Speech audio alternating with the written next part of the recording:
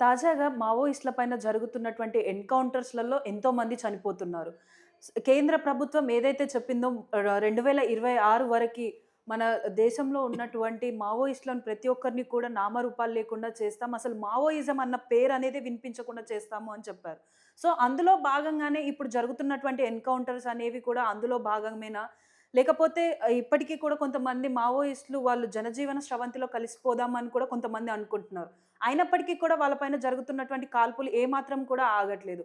అసలు ఈ కాల్పులకి ముఖ్య ఉద్దేశ్యం ఏంటి? అసలు ఇక్కడ ఎవరైతే ఎక్స్ మావోయిస్ట్‌గా ఉంటున్న వాళ్ళందరూ కూడా సెంట్రల్ గవర్నమెంట్‌కి కొన్ని లేఖలైతే విన్నవించుకోవడం జరిగింది. ఆ లేఖలు విన్నవించినప్పటికీ కూడా వాళ్ళకి ఎటువంటి రెస్పాన్స్ వచ్చింది? ఏంటి అన్న ఈ విషయాలన్నీ కూడా ప్రస్తుతం మనతో పాటు ex Maoist peace dialogue committee member Jampanna గారున్నారు. వారిని అడిగి తెలుసుకుందాం. నమస్తే సార్. నమస్తే.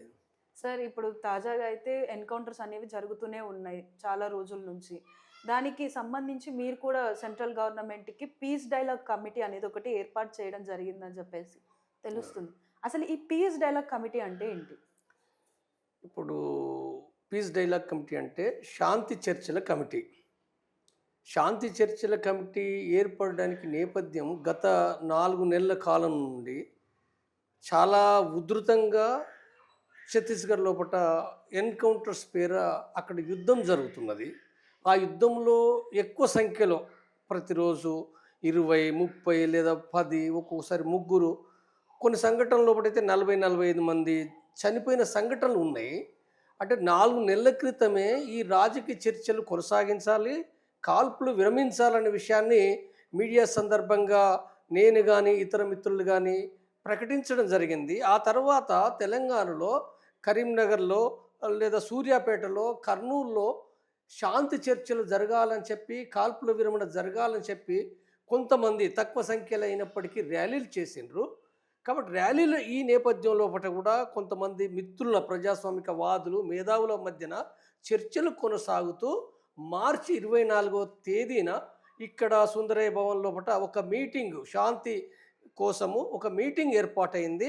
ఆ మీటింగ్ నేపథ్యం లోపట ఇచ్చిన పిలుపు ఏదైతుందో ఇరు పక్షాలకు, మావోయిస్టు పార్టీకి మరియు ప్రభుత్వానికి ఇరు పక్షాలకు కూడా మీరు కాల్పులు విరమించండి, శాంతి చర్చలు కొనసాగించండి అనే విషయాన్ని దీని మూలంగా ప్రజలు చనిపోతుండ్రు, పోలీసులు చనిపోతుండ్రు, మావోయిస్టులు చనిపోతుండ్రు.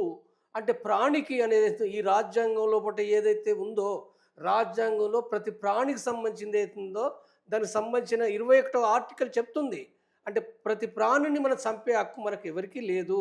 ఆ ప్రాణిని రక్షించాలనే విషయం చెప్తుంది కాబట్టి ఈ శాంతి చర్చల లోపట శాంతి కమిటీ మాట్లాడిన విషయము ఈ అంటే ప్రతి పోలీసులదైనా ప్రాణమే, మావోయిస్టులదైనా ప్రాణమే, ప్రజలదైనా ప్రాణమే. కాబట్టి ఈ ప్రాణాన్ని కాపాడాలి, శాంతిని రక్షించాలి, కాల్పులు విరమించాలనే పిలుపు ఇచ్చింది.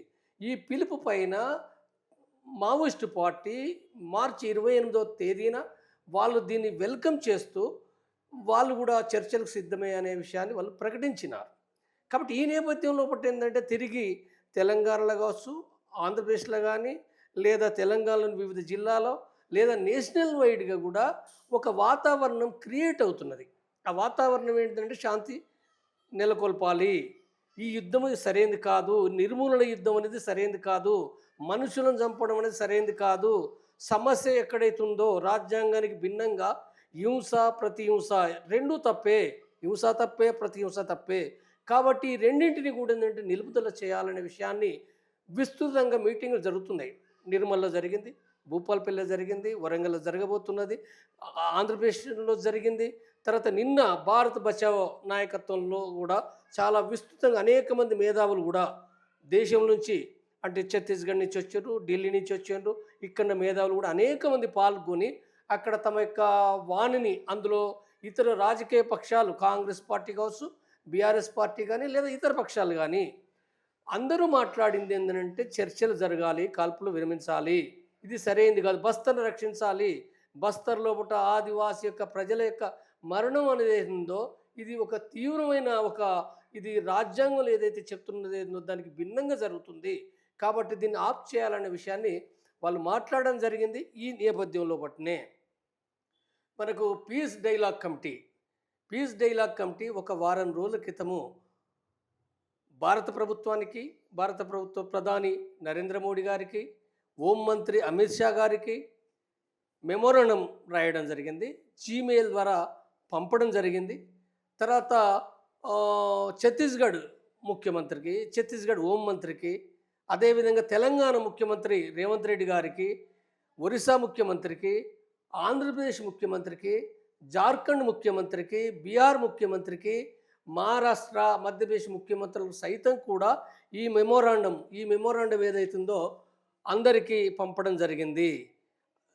ఈ లేఖ ప్రత్యేకించి హోమ్ మినిస్టర్ అయిన అమిత్ షాకు రాసిన లేఖ లోపట చాలా స్పష్టంగా ఇలా గుర్తు చేసిన విషయం ఏంటంటే, రాజ్యాంగంలో చెప్పిన 21వ ఒక నిబంధన ప్రకారంగా ప్రతి ప్రాణి పట్ల రాజ్యం ఏ విధంగా ఉండాలి, రాజ్యం అనేది ఉందో ప్రతి ప్రాణిని రక్షించాలి అనేది ఉందో, అంటే ఈ స్పిరిటే శాంతి కమిటీ కూడా గుర్తు చేస్తూ, శాంతి కమిటీ అనేది ఉందో మావోయిస్టులు చనిపోకూడదు, పోలీసులు చనిపోకూడదు, ఆదివాసులు చనిపోకూడదు అనేది మరొకసారి ఏంటంటే ఇందులో పట్ల పేర్కొంటూ, మీరు కాల్పుల విరమణ చేయండి, ప్రభుత్వానికి ప్రధానమైన బాధ్యత ఉంటుంది, బాధ్యత మీరు అమలు చేయడం ద్వారా మీరు ఒక రాజ్యాంగబద్ధంగా మీరు ఎన్నికైన మీ ప్రభుత్వము రాజ్యాంగబద్ధంగా మీరు దీన్ని కొనసాగించాలి. దాని ద్వారా ప్రజలను కూడా చైతన్యవంతం చేయడానికి, ప్రజలు తప్పుదారి పడితే కూడా సరిదిద్దవలసిన బాధ్యత కూడా మీ పైన ఉంటుందనే విషయాన్ని గుర్తు చేస్తూ, అభ్యర్థిస్తూ ఈ లేఖ పీస్ కమిటీ తరపున పంపడం జరిగింది. ఈ పీస్ కమిటీకి చైర్మన్గా ఫార్మర్ జస్టిస్ చంద్రకుమార్ గారు ఉన్నారు. దీనిలో ప్రొఫెసర్ అరగోపాల్ వైస్ ప్రెసిడెంట్గా, జంపన్న అనే నేను వైస్ ప్రెసిడెంట్గా, సిహెచ్ బాలకిషన్ రావు వైస్ చైర్మన్గా, అట్నే కందిమల్ల ప్రతాప్ రెడ్డి వైస్ చైర్మన్గా, ఇంకా ఇతర మిత్రులు కూడా చాలామంది ఇందులో పట ఉన్నారు.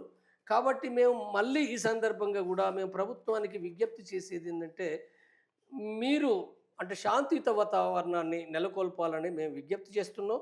మీరు ఛత్తీస్గఢ్ ఉప ముఖ్యమంత్రి అయిన విజయ్ శర్మ గారు కూడా దానికి చర్చలు అనే దానికి ఆమోదం తెలిపిండు.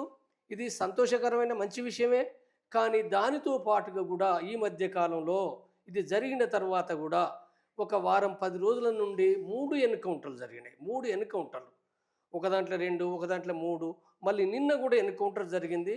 చాలా ఇది విషాదకరమైన విషయం. అది వెంటనే మీరు మీ బలగాలకు అంటే పోలీసు బలగాలకు వారికి చెప్పడం ద్వారా కోంబింగ్ నిలుపుదల చేయగలుగుతారు, ఎన్కౌంటర్లు ఆపగలుగుతారు.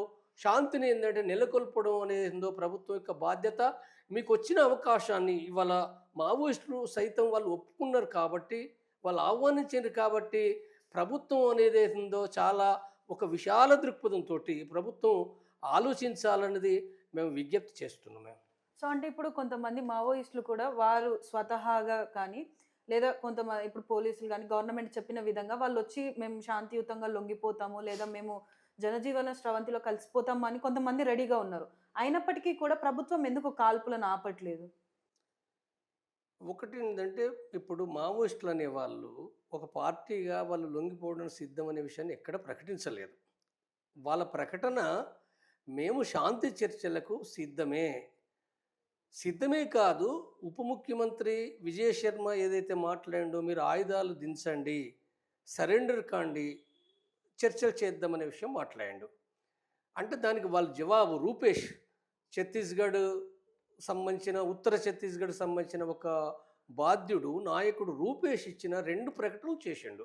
ఆ 2 ప్రకటనలు స్పష్టంగా రూపేష్ చెప్పింది ఏంటంటే, మీరు ఏదైతే చర్చలకు ఆహ్వానించారో ఇది మంచి విషయం, కాబట్టి ఈ చర్చ జరిగే క్రమంలో ఆయుధాలు దించాలనే విషయం ఏదైతుందో అది ఎజెండా ఒక అంశంగా మాట్లాడదాం, చర్చిద్దాం. కాబట్టి దాన్ని అక్కడ చర్చల్లో డిసైడ్ చేసుకోవచ్చు. కాబట్టి ఇది కొనసాగించండి అనే విషయం చెప్పారు. అదేవిధంగా ఇప్పుడు ఈ 3 ఎన్కౌంటర్లు కూడా ఏవైతే జరిగినాయో నిన్న స్టేట్మెంట్ ఇచ్చింది. మళ్ళీ ఈ 3 ఎన్కౌంటర్లు కూడా మీరు అంటే కాల్పులో దాన్ని కొనసాగిస్తూ చర్చలు అనేది అది నష్టం జరుగుతుంది. అది మీరు దాన్ని ఆఫ్ చేయండి, కాల్పులు ఆఫ్ చేయండి, కోంబింగ్ ఆఫ్ చేయండి. కనీసం మినిమంగా ఫస్ట్ దఫా ఒక నెల అయినా కాల్పుల విరమణ పాటించండి. దాని ద్వారా మేము మా నాయకులను వివిధ శ్రేణులను కూడా మాట్లాడడానికి ఉపయోగపడుతుంది. ఎందుకంటే కోంబింగ్ మధ్య, డ్రోన్ దాడుల మధ్య మేము మా సహచరులను కూడా కలుసుకోలేము ఇంత త్వరగా. కాబట్టి ఇది మీరు దీన్ని అర్థం చేసుకొని ఈ కూంబింగ్‌ను, కాల్పులను ఆఫ్ చేయండి అనే విషయాన్ని ప్రభుత్వాలకు, ప్రతిపక్షాలకు, తర్వాత శాంతి కమిటీ వాళ్ళకు కూడా ఏందంటే వాళ్ళు విజ్ఞప్తి చేయడం జరిగింది. కాబట్టి నేను కూడా ఈ సందర్భంగా పీస్ కమిటీ తరపున ప్రభుత్వానికి తిరిగి నేను విజ్ఞప్తి చేస్తున్నాను. ప్రభుత్వము వెంటనే దీన్ని కాల్పులు విరమించండి. దాని ద్వారా వచ్చే అంటే ప్రభుత్వానికి వచ్చే నష్టం లేదు. మావోయిస్టులకు వచ్చే లాభం కూడా ఏమీ లేదు. మావోయిస్టులకు కాల్పులు విరమించడం ద్వారా వాళ్ళేదో నెల రోజుల్లో, 2 నెలల్లో, 6 నెలల లోపల బలపడతారనేది ఏందో అది చాలా తప్పుడు వ్యాఖ్యానం. అది అసలు కరెక్ట్ కాదది. అది అబద్ధం అది. అవాస్తవాలు. మావోయిస్టులు దాని ద్వారా పెద్ద ఎత్తున ఆయుధాలు సంపాదించుకుంటారనేది ఇదొక భ్రమ. ఇది తప్పు అనేది నేను చెప్తున్నా. కాబట్టి దాని ద్వారా రాజ్యానికి ప్రయోజనం ఉంది. సమాజానికి ప్రయోజనం ఉంది. సమాజానికే కాదు బీజేపీ కేంద్ర ప్రభుత్వానికి కూడా వాళ్ళకు సైతం కూడా రాజకీయ ప్రయోజనం అనేది ఉంది. ఈ దేశం లోపల శాంతిని నెలకొల్పడానికి భారతీయ జనతా పార్టీ చర్చల ద్వారా శాంతిని నెలకొల్పితే దానికి చాలా ఒక ఇమేజ్, ఒక పాజిటివ్ ఇది పెరుగుతుంది. కాబట్టి ఇది బీజేపీ ప్రభుత్వానికి ఒక ప్రభుత్వంగా నేను విజ్ఞప్తి చేస్తున్నాను. సో అంటే ఇప్పుడు మీరన్నట్టు శాంతియుత చర్చల కోసం వచ్చినప్పుడు మావోయిస్టులు ఆయుధాలను దించేయాలని చెప్పేసి అన్నారు అని అంటున్నారు. సో అంటే ఇప్పుడు ఈ ఆయుధాలు లేకుండా మావోయిస్టులు వచ్చినప్పుడు ఏమైనా అనర్థాలు జరిగే అవకాశాలు ఉంటాయని మీరు అనుకుంటున్నారా? అంటే చర్చలకు రావడం అనేది ఏందో మావోయిస్టుల తరపున ఒక్కరో, ఇద్దరో, ముగ్గురో, నలుగురో వస్తారు. వచ్చేవాళ్ళు ఎవరైనా ఆయుధాలు అక్కడ పెట్టే వస్తారు. ఆయుధాలు పట్టుకొని ఎవరు రారు. ఆయుధాలు పట్టుకునేవారు లోపట ఉంటారు. వాళ్ళు ఎక్కడో ఉంటారు. వాళ్ళు ఏమి ఆయుధాలు ఉన్నంత మాత్రాన వాళ్ళు ఎవరిని చంపడం లేదు కదా. ఇప్పుడు ఆల్రెడీ వాళ్ళు ప్రకటించారు. నెల రోజుల కాంచి ప్రకటించారు వాళ్ళు. చంపరు కదా. ఎందుకు చంపుతారు? ఎందుకు కాలుస్తారు? కాల్చరు. వాళ్ళు ఆల్రెడీ వాళ్ళు ప్రకటించారు కాబట్టి వాళ్ళ ప్రకటనకు విరుద్ధంగా చేస్తే వాళ్ళే అబాస్పాలవుతారు. వాళ్ళని విమర్శిస్తుంది కదా. కాబట్టి అలాంటిది ఏమి ఉండదు. వాళ్ళు వచ్చేది ఎవరైతే ఉన్నారో చర్చలకు వచ్చేవాళ్ళు ఆయుధాలు లేకుండా వస్తారు. ఆయుధాలు లేకుండానే చర్చలు జరుగుతాయి కాబట్టి ఆ చర్చల ప్రక్రియ ఎంతకాలం అయితే జరుగుతుందో అంటే దానికి సంబంధించిన చర్చల ప్రక్రియ ప్రారంభమైతే దానికి కొంత సమయం పడుతుంది. అంటే అదంతా అంటే దాన్ని అమల్లోకి తీసుకురావడానికి అంటే చర్చల లోపటే ఏవైతే ఒప్పందాలు జరుగుతాయో వాటిని అమల్లో తీసుకురావడానికి కూడా కొంత సమయం పడుతుంది తప్పనిసరిగా. కాబట్టి ఈ ప్రక్రియ కొనసాగడానికి కేంద్ర ప్రభుత్వం చొరవ తీసుకోవాలి. సో అంటే ఇప్పుడు ఆపరేషన్ కార్గే అని జరిగే ఈ కాల్పులలో అంటే ముఖ్యంగా ఇప్పుడు ఈ నక్సలిజాన్నే మొత్తానికి మేము లేకుండా చేస్తాము అని చెప్పిన సెంట్రల్ గవర్నమెంట్ అసలు ఈ నక్సలిజం వల్ల వాళ్ళకొచ్చే ప్రాబ్లం ఏంటిది? ఒకటి నక్సలిజం అని అంటే నక్సలిజం అన్నా, మావోయిజం అన్నా, కమ్యూనిజం అన్నా ఇవి దగ్గరి సంబంధాలు ఉన్నాయి వీటికి. ఇవి దూరమైనవి కాదు. కమ్యూనిజం కోసమే మార్క్సిజం ఏర్పడింది. కమ్యూనిజం అంటే ఏంటిది? మనుషులంతా సమానులే, ఎక్కువ తక్కువ అనేది ఉండవలసిన అవసరం లేదు. మతాలు ఉండకూడదు, కులాలు ఉండకూడదు, జాతి భేదాలు ఉండకూడదు. 100 కోట్లు ఉన్న వాళ్ళు ఒక వంక, ఏమీ లేకుండా తిండికి లేక అంటే ఆత్మహత్యలు చేసుకునే విధంగా ఆకలికి చచ్చిపోయే పరిస్థితులు ఉండకూడదు. మనుషులు అందరూ సమానం కాబట్టి ఆ సమానమైనది ఏందో శ్రమ చేయడం, ఆ వచ్చిన ఫలితాన్ని సమిష్టిగా ఒక జీవించడం కోసము సంతోషంగా సహోదరులాగా జీవించాలి అనేది ఏందో కమ్యూనిజం చెప్తుంది. స్త్రీ పురుషులకు కూడా ఏంటంటే అటు ఒక సమానత్వంగా ఉండాలి, ఒకరినొకరు గౌరవించుకోవాలి, ఎక్కువ తక్కువలు ఉండకూడదు అనే విషయాన్ని కూడా చెప్తుంది. కాబట్టి ఇదే కమ్యూనిజం అంటే సారాంశంగా నేను చెప్పే ఇది. కాబట్టి దీనికోసమే మార్క్సిజం సిద్ధాంతం ఉన్నది. మార్క్సిజం అంటే ఇంకా వేరే ఏం లేదు. సమానత్వం కోసమే. సమానత్వమే కాదది, శాంతిని స్థాపించడానికి పూర్తిగా మానవ సమాజం మొత్తం కూడా యుద్ధాలు లేని సమాజాన్ని తీసుకురావడం కోసమే మార్క్సిజం ఉంది. కాబట్టి ఈ మార్క్సిజం ఏదైతే ఉందో ఈ మార్క్సిజమే ఆ తర్వాత మార్క్స్ చనిపోయిన తర్వాత లెనిన్ దాన్ని డెవలప్ చేసిండు, అభివృద్ధి చేసిండు. ఆ తర్వాత చైనాలో మావో అభివృద్ధి చేసిండు. మావో అభివృద్ధి చేసిన నేపథ్యంలో అక్కడ సాయుధ పోరాటాన్ని కూడా చైనా ఒక పరిస్థితి లోపల ఒక దీర్ఘకాలిక ప్రజాయుద్ధం సాయుధ పోరాటాన్ని అభివృద్ధి చేసిండు. కాబట్టి దాన్ని దృష్టిలో పెట్టుకొని ఇక్కడ ఈ దేశంలో నక్సలైట్లు లేదా మావోయిస్టులు, నక్సలైట్లైనా మావోయిస్టులదైనా దగ్గర సంబంధం సిద్ధాంతం దాంట్లో ఉన్నది ఏంటంటే సాయుధ పోరాటం ద్వారా మాత్రమే. అంటే మొట్టమొదటి నుండి పార్టీ ప్రారంభించినప్పటి నుంచి యుద్ధం అనేది ఏందో వాళ్ళ విధానం అది. ఇది మావోయిజం చెప్తుంది. కాబట్టి ఇది ఏదైతే ఉందో అయితే ఇవాళ ఇప్పుడు శాంతికి అందరు శాంతి మాట్లాడుతుండ్రు కదా! శాంతి మాట్లాడుతుండ్రంటే ఇప్పుడు యుద్ధం అనేది కాదు కదా ఇప్పుడు. వచ్చిన తర్వాత ఏం మాట్లాడతారనేది వేరు. వచ్చిన తర్వాత చర్చించే క్రమం లోపట అది ఏమైనా జరగవచ్చు. కానీ అంటే మావోయిస్టులను నిర్మూలించినంత మాత్రాన నిర్మూలించగలుగుతారా లేదన్నది ఒక ప్రశ్న. ప్రభుత్వాలు చెప్తాయి. ప్రభుత్వాలు టార్గెట్ ఇవ్వని చెప్తాయి. టార్గెట్ చెప్పినంత మాత్రాన అవేదో చేయలేరు కదా! మనం ఇల్లు కట్టుకుంటాం కాబట్టి సంవత్సరం ఇల్లు కడతాం, డబ్బులు కూడేసుకొని ఇల్లు కడతాం అన్నంత తేలిక కాదు. ఎదుటి పక్షం లోపట కూడా మనుషులే. సరే ప్రభుత్వం అంటే ఎప్పుడైనా బలమైందే చివరి వరకు. కానీ ఇవాళ బలమైంది కాబట్టి తనకు డబ్బు, ఆయుధాలు ఎన్నైనా ఉండొచ్చు గాక, లేదా ఎక్కువ సంఖ్యలో మావోయిస్టులు చనిపోవచ్చు గాక. కానీ మొత్తం మావోయిస్టులను నిర్మూలించడం అసాధ్యమే.